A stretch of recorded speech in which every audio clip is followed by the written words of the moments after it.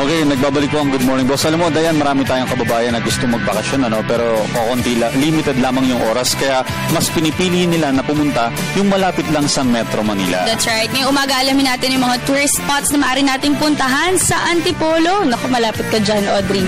Kaya this morning, makakasama natin ating very special guests. We have Councilor Josefina Piningat Labayan, and of course, we also have Councilor Ronald Barcena. Good morning. Welcome to Good Morning, Boss. Good morning, Dayan. Good morning, Audrey. Alright, to start off, ano po bang maipagmamalaki ng Antipolo City? Well, yung dating pinupuntahan na hinitak ay maganda na. Very green at malinis na ang tubig na bumabaksak doon sa baba. At ito ay pinupuntahan na ng mga ibon, yung tagak. Dahil ibig sabihin, may pagkain na doon sa falls. Medyo may mga panahon na napabayaan kasi yung Hinulugan Actually, Taktak. hindi pa ako nakapunta ng Hinulugan Taktak. So, now is the best time to go there. Ano po yung mga improvement na makikita po natin sa Hinulugan Taktak? Pagbaba mo, maganda na yung stairs, medyo malapad. Hindi ka na mahihirapang bumaba. Tapos, makikita nyo ang paligid na, ang flooring, patag na, ang swimming pool ay maayos na, at pwede ng mga bata mag-swimming, at makikita natin yung pagbaksak ng tubig sa falls. Wala nang basura. Wow, so napakagandang balita niya. Pero of course, besides Hinulugan Taktak, saan pa po ba yung mga pwede nilang puntahan sa Antipolo? And as we all know, kilala yung Antipolo bilang malinis, malamig, di ba? Lalo na kapag gusto mo magpalamig at makakita na magandang view, pupunta sila sa Antipolo. Siyempre, meron tayo doong overlooking. May overlook resort doon, may mga mountain resort. Andun yung favorite place ng mga kabataan, yung Paddy's Point. Meron tayong Cloud9. Meron tayong Mystical Cave. At yung ating shrine, of course, ang seat ng Our Lady of Peace and Good Voyage. Yung tinatawag nating ina ng kapayapaan at mabuting paglalakbay. Alam mo, Diana, maraming boss tayo ang hindi nakakalam sa Antipolo. Yun nga yung sinasabi ni Ma'am na merong Mystical Cave at saka yung Pinto Gallery. Siguro dapat bisitahin yan. Yes. Kapag sa ibang lugar, di ba, explore mo muna yung sariling atin. Pero syempre, sir, kayo naman po, ano po ba itong Maytime Festival na tinatawag? Well, yung Maytime Festival kasi it's series of activities. Ngayong Mayo. Marking the celebration tuwing Mayo. Una, it's the showcase of the faith of the people of Antipolo. Ang magsisimula po yan dun sa tinatawag po natin na pagdalaw ng ina sa anak. Actually, magsimula yan April 30, bababa ang mahal na Birhen sa Quiapo Church para bisitahin ng mahal na Nazareno. Tapos po, babiyahe rin po yan bago mag-May 1, babalik po ng Antipolo. Doon po nagsimula yung sinasabi po natin na alay lakad. Yung mga pilgrims po, maglalakad po from Quiapo Church to Antipolo. So is this an annual event? Yes, annual event. Pero April 30, 7 o'clock ng umaga, dadalhin ang ating mahal na Birhen sa Quiapo. Sabi nga ni Consejal Barcena, dadalawin ng ina ang anak. And then, at 7:30 din ng gabi, or 8 o'clock, babalik ang mahal na Birhen Antipolo. At doon magsisimula ang alay lakad mula Quiapo hanggang Antipolo. Inaabot yun ng 8 oras. So, 8 o'clock, paalis, mga 4 o'clock, early in the morning, ang dating. Pero Councilor, ang kaugalian pong alam ko dyan sa Antipolo, normally magsisimba, and then kakain, bibili ng mga pasalubong na kagaya nito, suman at saka mga kasoy, and then bibisita sa may Hinulugan Taktak. Sa ngayon po sa Maytime Festival, ano pa po ba yung mga activities na dapat abangan na meron pa? Kasi alam ko nagsimula na po itong Maytime, ano? Last weekend, yung launching ng longest suman, yung iba't iba pang innovations about suman. Well, of course, speaking of suman, na pinag-uusapan na natin at kasoy, tikman natin, Audrey. This is our favorite part of the Iba ang suman ng Antipolo kasi well chosen ang malagkit niyan. sinasangkapan minsan ng langka, pag available ang langka, or ube. Okay, matigdag ko lang po, may bagong parke na binabanggit sa akin si Konsehal kanina kasi yung iba pong mga boss natin na taga Metro Manila, ang sabi nila noon daw kapag pupunta ng Antipolo at mahirap mag-park. Sa ngayon po ba, ano po ba mga improvement na ginawa ng local government? Maayos na yung papunta sa ating Sumulong Park, sa shrine ng ating mahal na Birhen ng Kapayapaan at mabuting paglalakbay. Dahil may mga araw kung saan dadaan.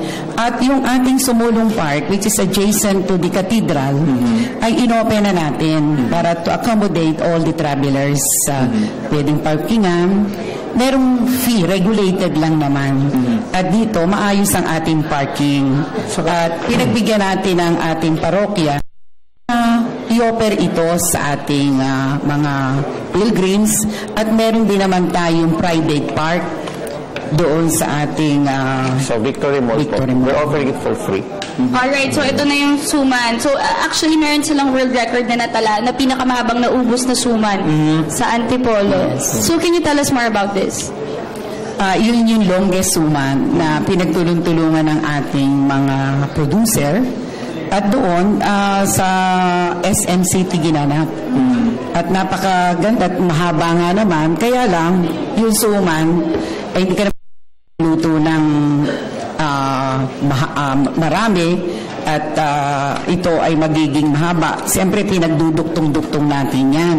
Just to show na pwede namang pahabain ang ating suman. So, if I may add, hindi lang suman yung showcase yan because yung suman kasi nga meron ng kooperatiba sa Antipolo. So, what was shown in the launching of the longest suman is yung pag nagsama-sama yung mga stakeholders at isa lang talaga yung gusto nilang mangyari. So, baka kasi ang interest ng iba sa suman lang. But actually, ang isa sa mga earnings pagka pinagsama-sama mo lahat ng stakeholders, dati kanya-kanya sila eh. Ngayon, isang engagement lang pag tinawag mo sila sama-sama. So, we're able to develop other innovations and flavors about suman. Yung pwede niyo pang gawin sa suman. Si Ma'am, may sariling recipe yan sa suman. Actually, sobrang sarap ng suman at saka nung kasoy. Pero, speaking of, syempre, overall, kung titingnan natin, what are the things or projects or programs that we are doing to actually maintain, lalo na yung kagandahan, syempre maraming tourists ang gustong pumunta sa Antipolo. Ano po ba yung maintenance na ginagawa natin para mas mapaganda pa ang Antipolo?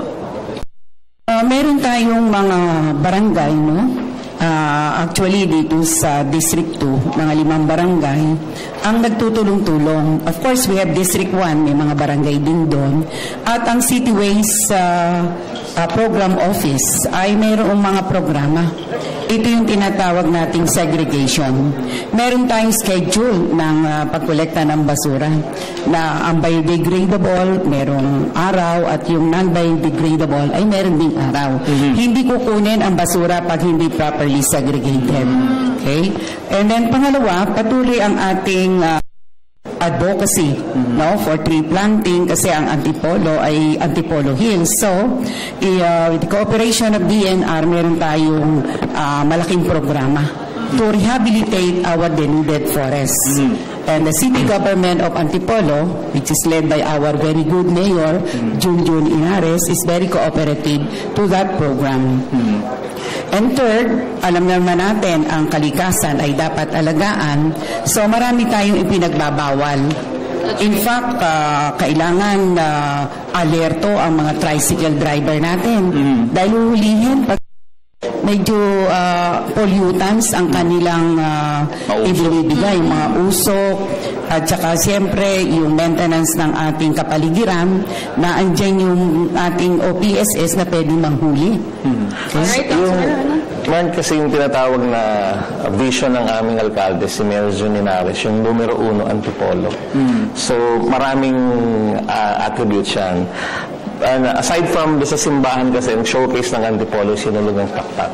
Hinulugang Taktak is one of the best example ng advocacy sa numero 1 Antipolo kasi it's an the different stakeholders of the city.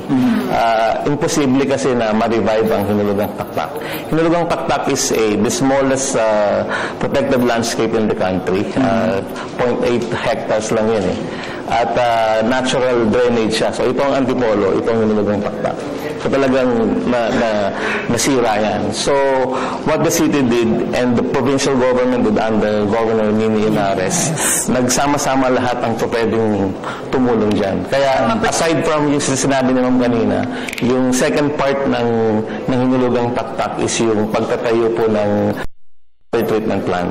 Now it's partnership again with another stakeholder, ang Manila Water, para pagbagsak ng tubig sa falls, medyo malinis na siya. Malinis. Hindi na tulad dati. So ngayon, Audrey, nakita natin na magaganda yung projects ng program sila for Antipolo at talagang magandang dadag sa inyo to ng mga turista na makakatulong talaga sa ekonomiya ng Pilipinas. Okay, bilang panghuli Dayan at Councilor, maaari niyo pong imbitahan yung ating mga boss na nanonood ngayon. Baka meron pang activities sa Maytime Festival na hindi pa nangyayari. Actually, meron kaming tinatawag na talent.